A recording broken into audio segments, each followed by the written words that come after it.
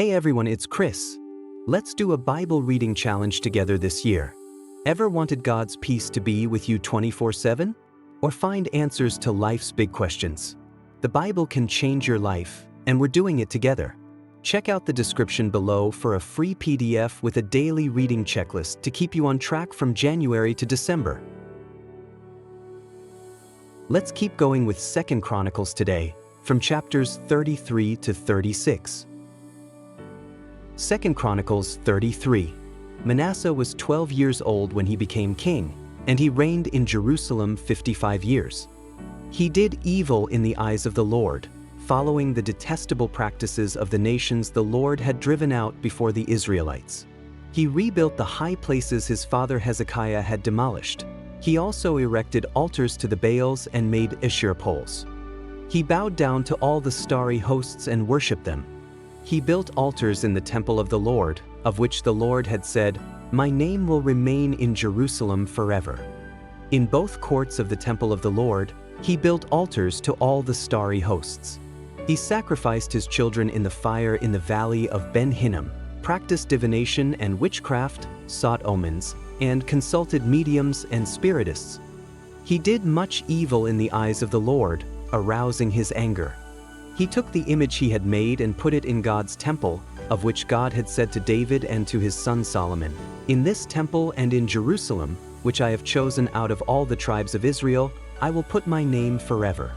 I will not again make the feet of the Israelites leave the land I assigned to your ancestors, if only they will be careful to do everything I commanded them concerning all the laws, decrees, and regulations given through Moses." But Manasseh led Judah and the people of Jerusalem astray, so that they did more evil than the nations the Lord had destroyed before the Israelites. The Lord spoke to Manasseh and his people, but they paid no attention. So the Lord brought against them the army commanders of the king of Assyria, who took Manasseh prisoner, put a hook in his nose, bound him with bronze shackles, and took him to Babylon. In his distress, he sought the favor of the Lord his God and humbled himself greatly before the God of his ancestors. And when he prayed to him, the Lord was moved by his entreaty and listened to his plea, so he brought him back to Jerusalem and to his kingdom. Then Manasseh knew that the Lord is God.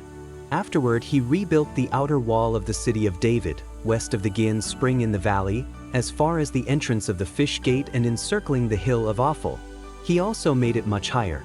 He stationed military commanders in all the fortified cities in Judah.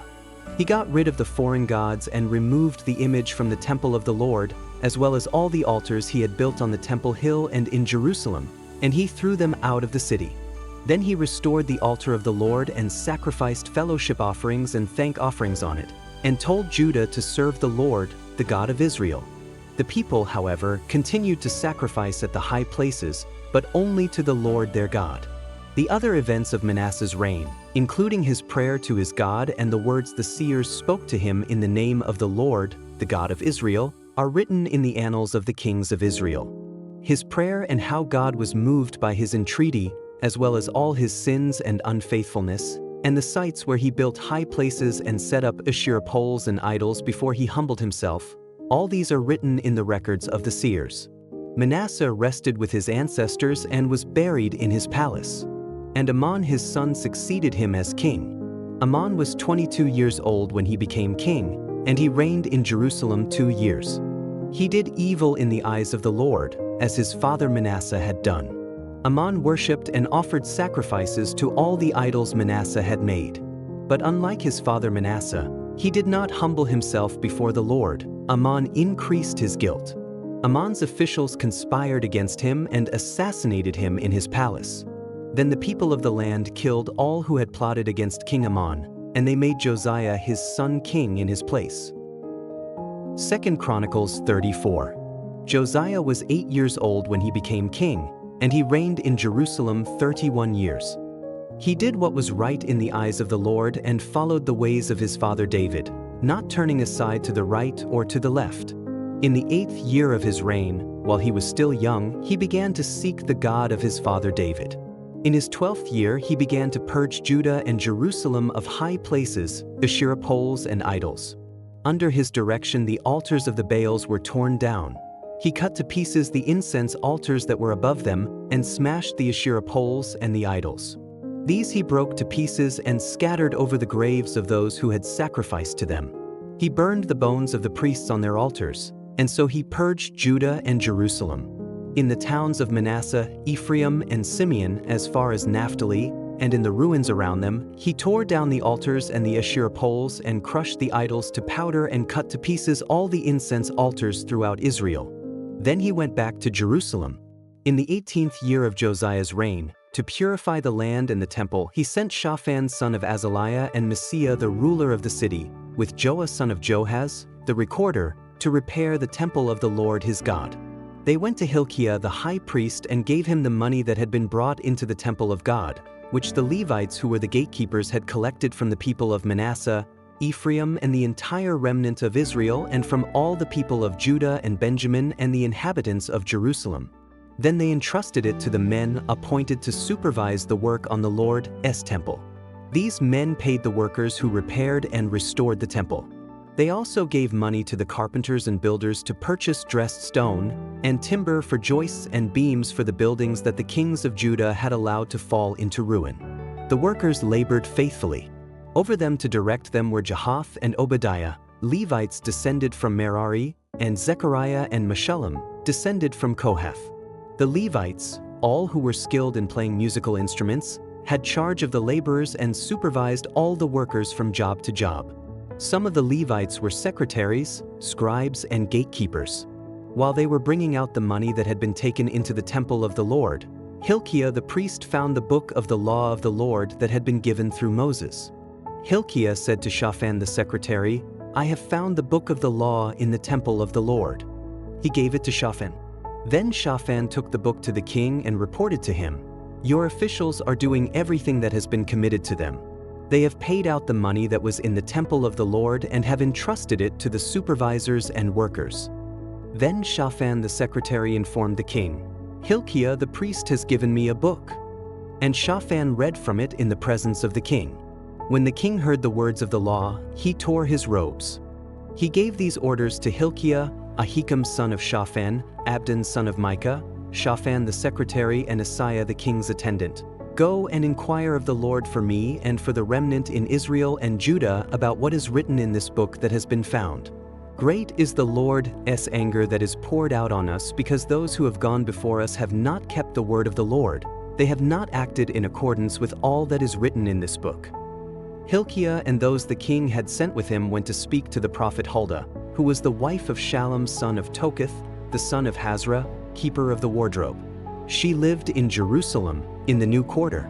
She said to them, "This is what the Lord, the God of Israel, says, Tell the man who sent you to me, this is what the Lord says, I am going to bring disaster on this place and its people, all the curses written in the book that has been read in the presence of the king of Judah. Because they have forsaken me and burned incense to other gods and aroused my anger by all that their hands have made, my anger will be poured out on this place and will not be quenched. Tell the king of Judah, who sent you to inquire of the Lord, this is what the Lord, the God of Israel, says concerning the words you heard.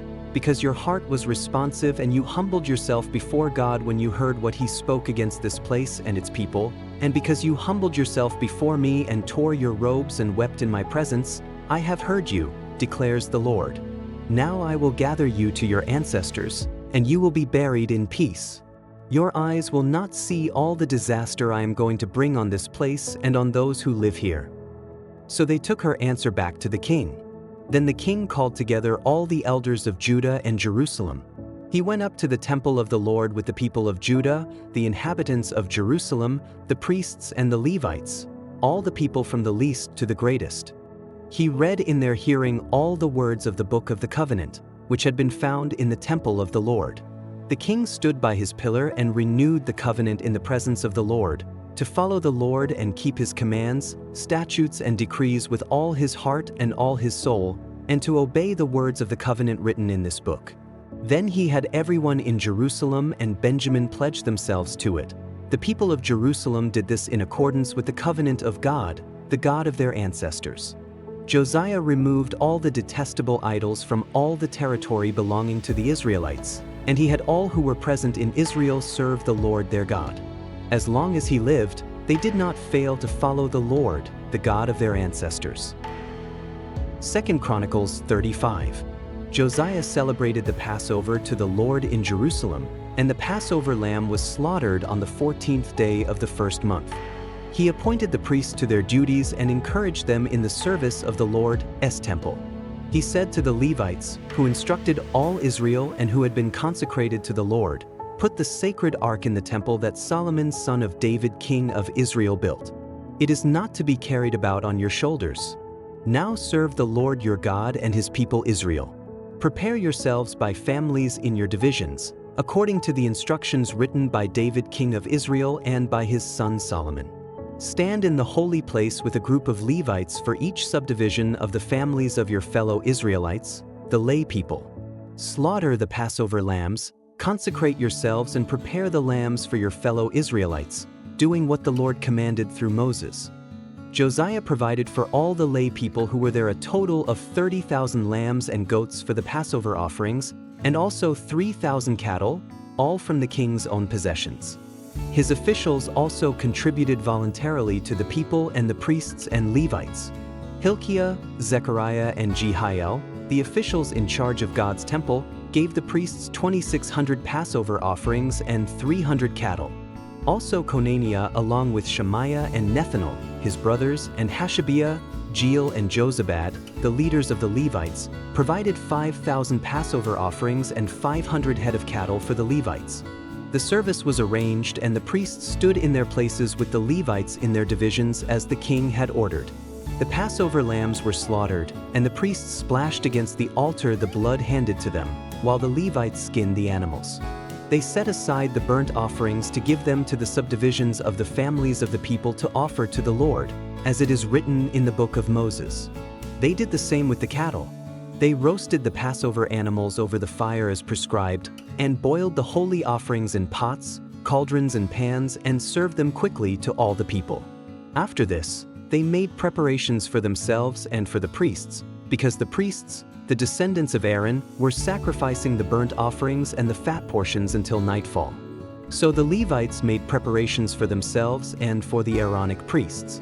The musicians, the descendants of Asaph, were in the places prescribed by David, Asaph, Heman, and Jeduthun the king's seer. The gatekeepers at each gate did not need to leave their posts, because their fellow Levites made the preparations for them. So at that time the entire service of the Lord was carried out for the celebration of the Passover and the offering of burnt offerings on the altar of the Lord, as King Josiah had ordered. The Israelites who were present celebrated the Passover at that time and observed the festival of unleavened bread for 7 days. The Passover had not been observed like this in Israel since the days of the prophet Samuel, and none of the kings of Israel had ever celebrated such a Passover as did Josiah, with the priests, the Levites, and all Judah and Israel who were there with the people of Jerusalem. This Passover was celebrated in the 18th year of Josiah's reign. After all this, when Josiah had set the temple in order, Necho king of Egypt went up to fight at Carchemish on the Euphrates, and Josiah marched out to meet him in battle. But Necho sent messengers to him, saying, "What quarrel is there, king of Judah, between you and me? It is not you I am attacking at this time, but the house with which I am at war. God has told me to hurry, so stop opposing God, who is with me, or he will destroy you." Josiah, however, would not turn away from him, but disguised himself to engage him in battle. He would not listen to what Necho had said at God's command, but went to fight him on the plain of Megiddo.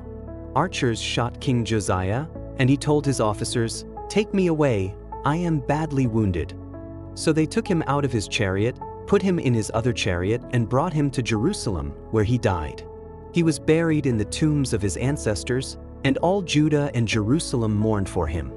Jeremiah composed laments for Josiah, and to this day all the male and female singers commemorate Josiah in the laments. These became a tradition in Israel and are written in the laments. The other events of Josiah's reign and his acts of devotion in accordance with what is written in the law of the Lord, all the events, from beginning to end, are written in the book of the kings of Israel and Judah. 2 Chronicles 36. And the people of the land took Jehoahaz son of Josiah and made him king in Jerusalem in place of his father. Jehoahaz was 23 years old when he became king, and he reigned in Jerusalem 3 months. The king of Egypt dethroned him in Jerusalem and imposed on Judah a levy of 100 talents of silver and a talent of gold. The king of Egypt made Eliakim, a brother of Jehoahaz, king over Judah and Jerusalem, and changed Eliakim's name to Jehoiakim. But Necho took Eliakim's brother Jehoahaz and carried him off to Egypt. Jehoiakim was 25 years old when he became king, and he reigned in Jerusalem 11 years. He did evil in the eyes of the Lord his God. Nebuchadnezzar, king of Babylon, attacked him and bound him with bronze shackles to take him to Babylon. Nebuchadnezzar also took to Babylon articles from the temple of the Lord and put them in his temple there. The other events of Jehoiakim's reign, the detestable things he did and all that was found against him, are written in the book of the kings of Israel and Judah. And Jehoiakim his son succeeded him as king. Jehoiakim was 18 years old when he became king, and he reigned in Jerusalem 3 months and 10 days. He did evil in the eyes of the Lord. In the spring, King Nebuchadnezzar sent for him and brought him to Babylon, together with articles of value from the temple of the Lord, and he made Jehoiakim's uncle, Zedekiah, king over Judah and Jerusalem. Zedekiah was 21 years old when he became king, and he reigned in Jerusalem 11 years. He did evil in the eyes of the Lord his God and did not humble himself before Jeremiah the prophet, who spoke the word of the Lord. He also rebelled against King Nebuchadnezzar, who had made him take an oath in God's name. He became stiff-necked and hardened his heart and would not turn to the Lord, the God of Israel. Furthermore, all the leaders of the priests and the people became more and more unfaithful, following all the detestable practices of the nations and defiling the temple of the Lord, which he had consecrated in Jerusalem. The Lord, the God of their ancestors, sent word to them through his messengers again and again, because he had pity on his people and on his dwelling place. But they mocked God's messengers, despised his words, and scoffed at his prophets until the wrath of the Lord was aroused against his people and there was no remedy. He brought up against them the king of the Babylonians, who killed their young men with the sword in the sanctuary and did not spare young men or young women, the elderly or the infirm. God gave them all into the hands of Nebuchadnezzar. He carried to Babylon all the articles from the temple of God, both large and small, and the treasures of the Lord as temple and the treasures of the king and his officials. They set fire to God's temple and broke down the wall of Jerusalem. They burned all the palaces and destroyed everything of value there. He carried into exile to Babylon the remnant, who escaped from the sword, and they became servants to him and his successors until the kingdom of Persia came to power. The land enjoyed its Sabbath rests. All the time of its desolation it rested, until the 70 years were completed in fulfillment of the word of the Lord spoken by Jeremiah. In the first year of Cyrus king of Persia, in order to fulfill the word of the Lord spoken by Jeremiah, the Lord moved the heart of Cyrus king of Persia to make a proclamation throughout his realm and also to put it in writing. This is what Cyrus king of Persia says: "The Lord, the God of heaven, has given me all the kingdoms of the earth, and he has appointed me to build a temple for him at Jerusalem in Judah. Any of his people among you may go up, and may the Lord their God be with them." Ready to dive even deeper into the Bible? I've got a complete course for you to explore every book from cover to cover. Check out the link in the description. Share this journey with your loved ones. God's word is for everyone.